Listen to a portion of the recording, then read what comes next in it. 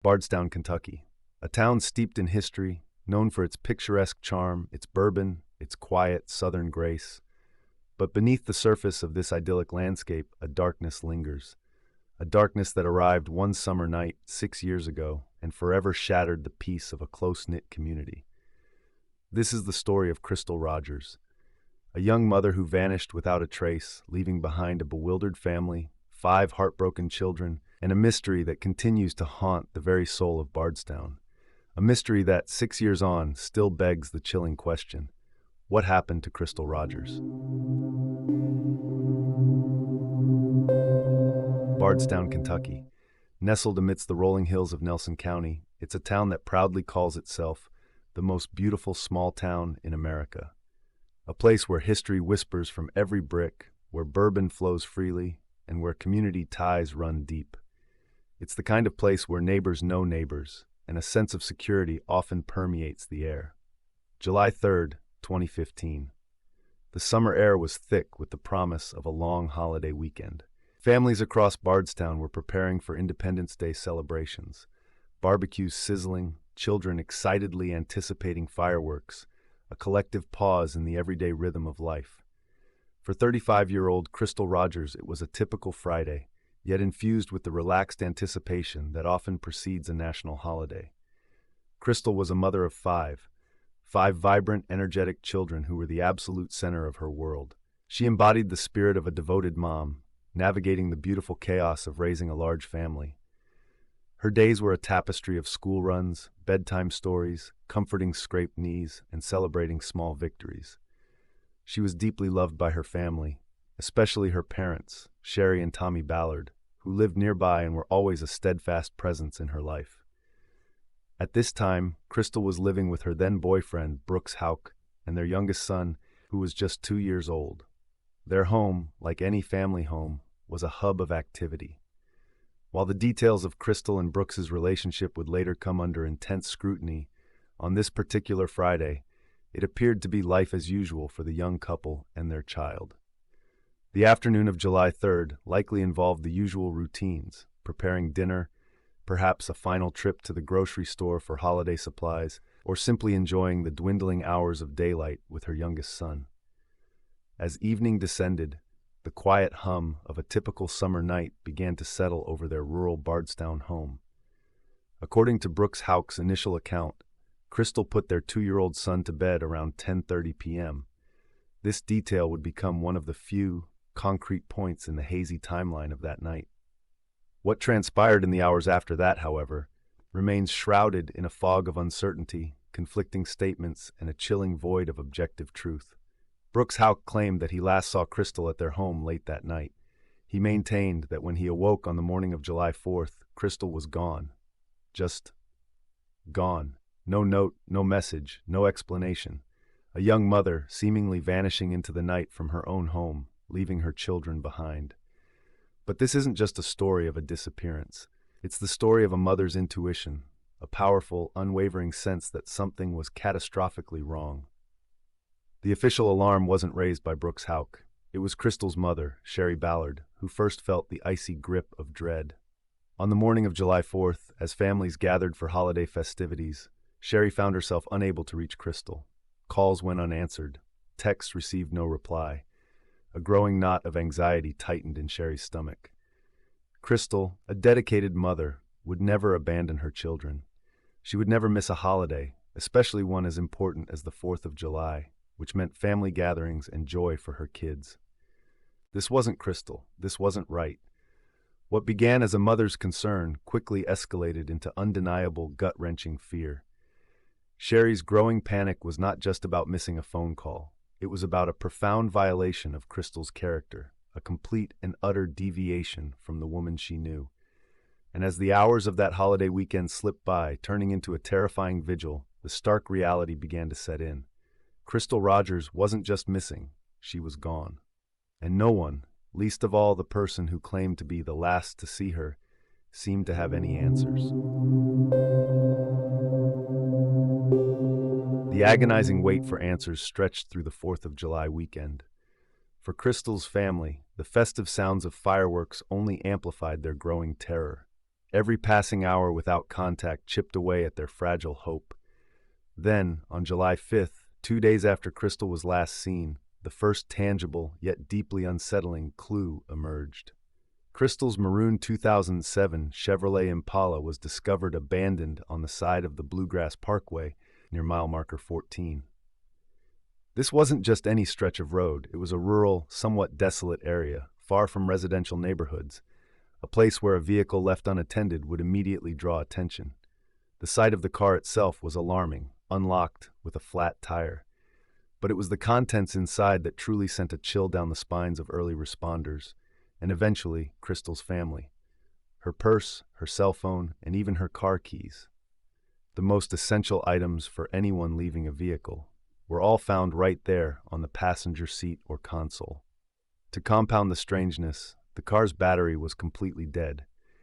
This wasn't the scene of a simple breakdown. Who abandons their car, especially with a flat tire, and leaves behind their wallet, their phone, their keys? It defied logic. It immediately suggested that Crystal did not willingly leave her vehicle under these circumstances.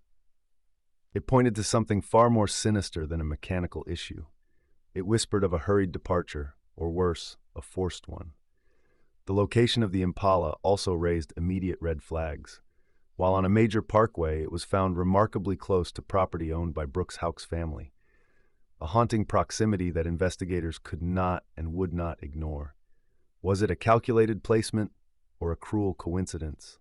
News of the abandoned car and the grim implications galvanized the community. Bardstown was no longer just experiencing a missing persons case. It was now grappling with a palpable sense of dread. The Kentucky State Police officially took the lead, and a massive search effort was launched, coordinated but also heavily bolstered by passionate volunteers. Crystal's family, heartbroken but unwavering, became the driving force behind the desperate search. Her parents, Sherry and Tommy Ballard, were tireless. They canvassed neighborhoods, posted flyers, and poured every ounce of their energy into finding their daughter. Sherry, with a fierce maternal instinct, publicly pleaded for information, her voice cracking with emotion but firm in her resolve. Crystal would never leave her children. Someone knows something. Every ditch, every culvert, every thicket of trees was meticulously scoured. Search teams, often accompanied by K-9 units, navigated the challenging terrain of Nelson County, a landscape that, while beautiful, could easily conceal secrets. The nearby Salt River and its tributaries became a grim focus, as investigators understood that if foul play was involved, a body of water could be used to hide evidence. The discovery of Crystal's Impala, instead of providing easy answers, only deepened the chilling mystery. It was a beacon of Crystal's last known whereabouts, but it illuminated nothing about her fate.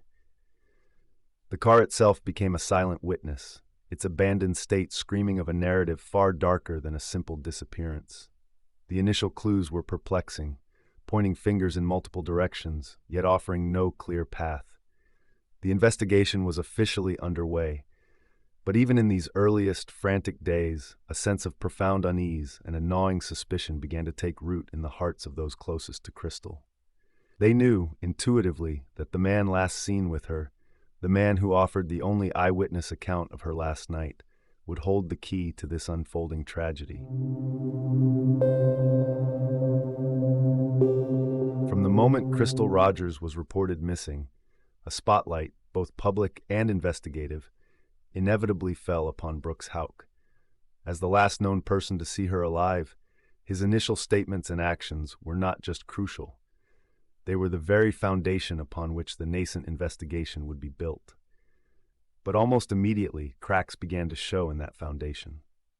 In the immediate aftermath of Crystal's disappearance, Brooks initially participated in searches, spoke briefly to the media, and provided his account to the authorities. On the surface, it appeared to be the behavior of a worried boyfriend. However, beneath this veneer, a different narrative began to emerge, particularly in the eyes of Crystal's distraught family. Crystal's parents, Sherry and Tommy Ballard, found his demeanor to be unsettlingly detached, almost cold. As their frantic search intensified, Brooks's cooperation with them dwindled. Calls went unreturned. Requests for help in the search were met with silence or excuses. This sudden distancing fueled a growing, agonizing suspicion in the Ballards' hearts. A dedicated mother like Crystal would never just leave her children. This was a truth the Ballards held fiercely. If she hadn't left willingly, then something terrible had happened. And as their focus narrowed, all roads seemed to lead back to the one person who offered the simplest yet most unbelievable explanation. She was just gone. The most glaring inconsistency, a crucial turning point, surfaced early in the investigation. Brooks Houck had steadfastly maintained to police and family that he was asleep when Crystal reportedly left their home on the night of July 3rd, morning of July 4th. Yet his own brother, Nick Houck, then a Bardstown police officer, told investigators something entirely different. Nick stated that Brooks had called him around 3 a.m. on July 4th. Why the call in the dead of night? And more critically, why did Brooks initially omit this vital piece of information? This revelation shattered the credibility of Brooks's initial timeline. It suggested either a deliberate effort to mislead investigators or a convenient amnesia surrounding the most crucial hours of Crystal's disappearance. Neither explanation offered comfort. Both pointed toward potential deception. As the investigation gained momentum, more concerning details about Brooks Houck emerged. He reportedly failed a polygraph test administered by law enforcement. While polygraph results are not admissible in court as definitive proof of guilt, they are often used as investigative tools, guiding detectives towards areas of deception or evasiveness. For the police, this failure likely intensified their focus on him. In October 2015, just 3 months after Crystal vanished, the Kentucky State Police made a groundbreaking and publicly seismic announcement. Brooks Houck was officially named a primary suspect in Crystal Rogers' disappearance and presumptive murder. This wasn't a subtle hint. It was a definitive declaration from law enforcement. For Crystal's family, this public statement was a confirmation of their worst fears and a bittersweet moment of validation. They had suspected Brooks almost from the beginning, yet this official naming, while providing some clarity, also brought immense frustration. Despite being labeled a primary suspect, no immediate arrests were made. Brooks Houck continued to live in Bardstown under an oppressive cloud of public suspicion, but seemingly beyond the immediate reach of indictment. The agonizing question became, what evidence did the police have? And what crucial pieces of the puzzle were they still desperately searching for to move beyond suspect to accused? The legal process, known for its methodical pace, felt excruciatingly slow to a family consumed by grief and the burning desire for justice. Brooks Houck's initial inconsistencies, his perceived coldness, and the official label of primary suspect would forever cast a long, dark shadow over the mystery of Crystal Rogers, setting the stage for the even more perplexing layers that would soon unfold.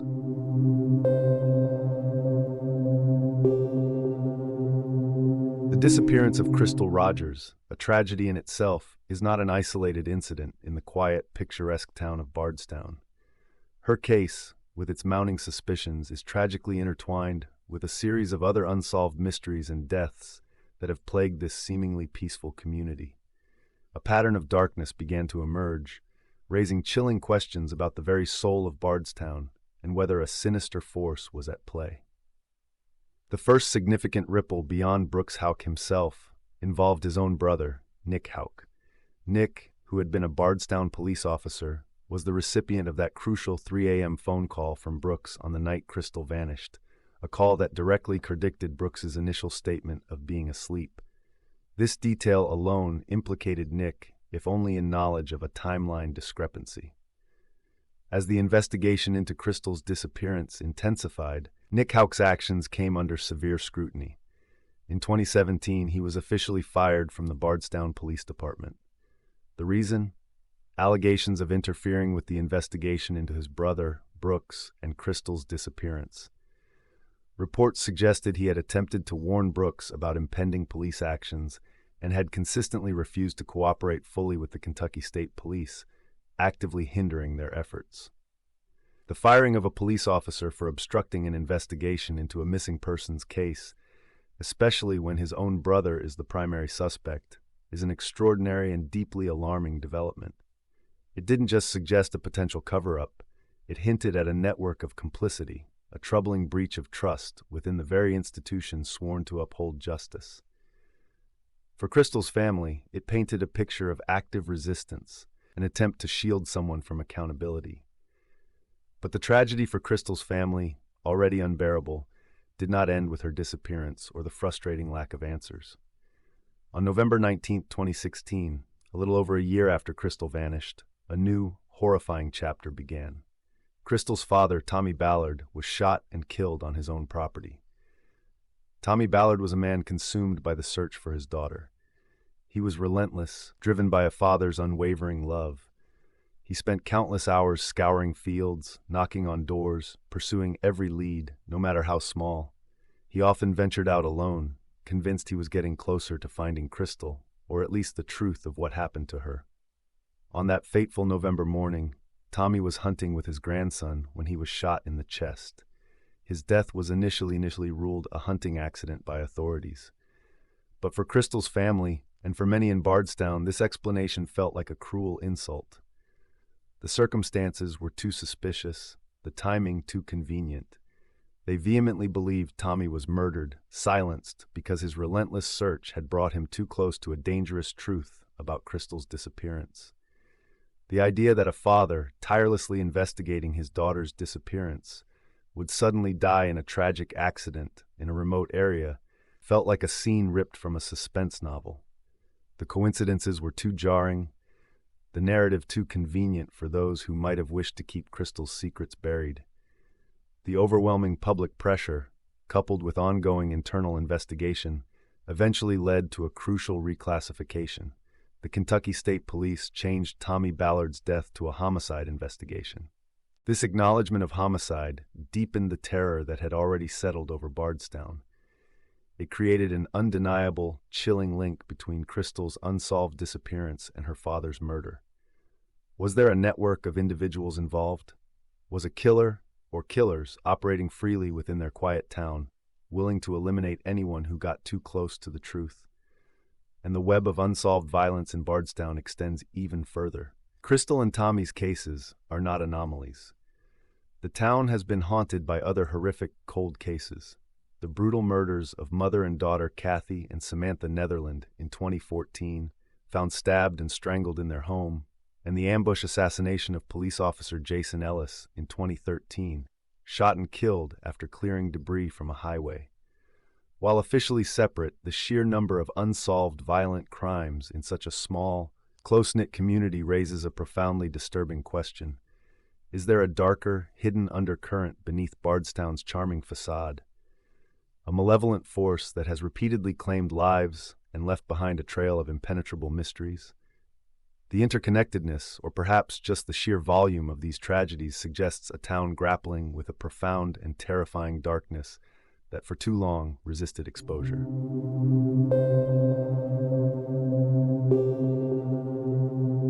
For years, the cases of Crystal Rogers and Tommy Ballard remained cold, festering wounds in the heart of Bardstown. The silence from law enforcement, a necessity perhaps for an active investigation, was deafening to the families, fueling despair, frustration, and a persistent public outcry. The community, desperate for answers, watched and waited, but justice seemed agonizingly out of reach. Yet, as the calendar turned to 2020, 6 years after Crystal vanished, a new surge of activity began, promising a long-awaited shift in momentum. In a significant and dramatic turn, the FBI announced it was taking the lead in the Crystal Rogers investigation. This move was a game-changer. It brought fresh eyes, unparalleled resources, and a renewed sense of urgency to a case that had long seemed stalled.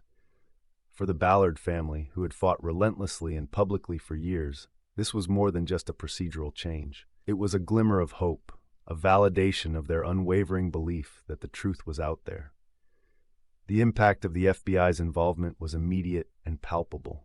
Teams descended upon Bardstown, executing search warrants on properties connected to the Houck family, including land and homes. The intensity and meticulousness of the investigation were undeniable, suggesting that the FBI had either uncovered new leads, revisited old evidence with new technology, or developed strategies that had previously been overlooked. The community held its breath, sensing that after years of stagnation, something was finally about to give. Then, in September 2023, came the first concrete break the public had seen in years.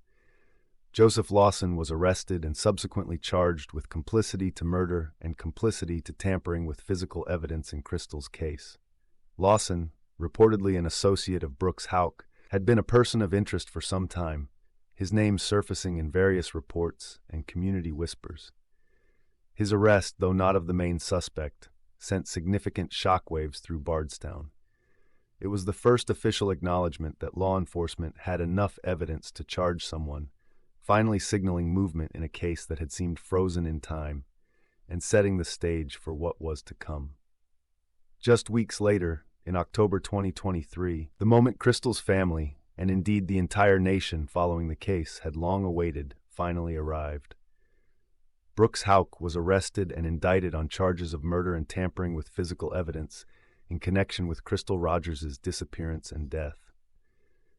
This was the culmination of over 8 agonizing years of relentless advocacy, a grueling fight against silence and ambiguity.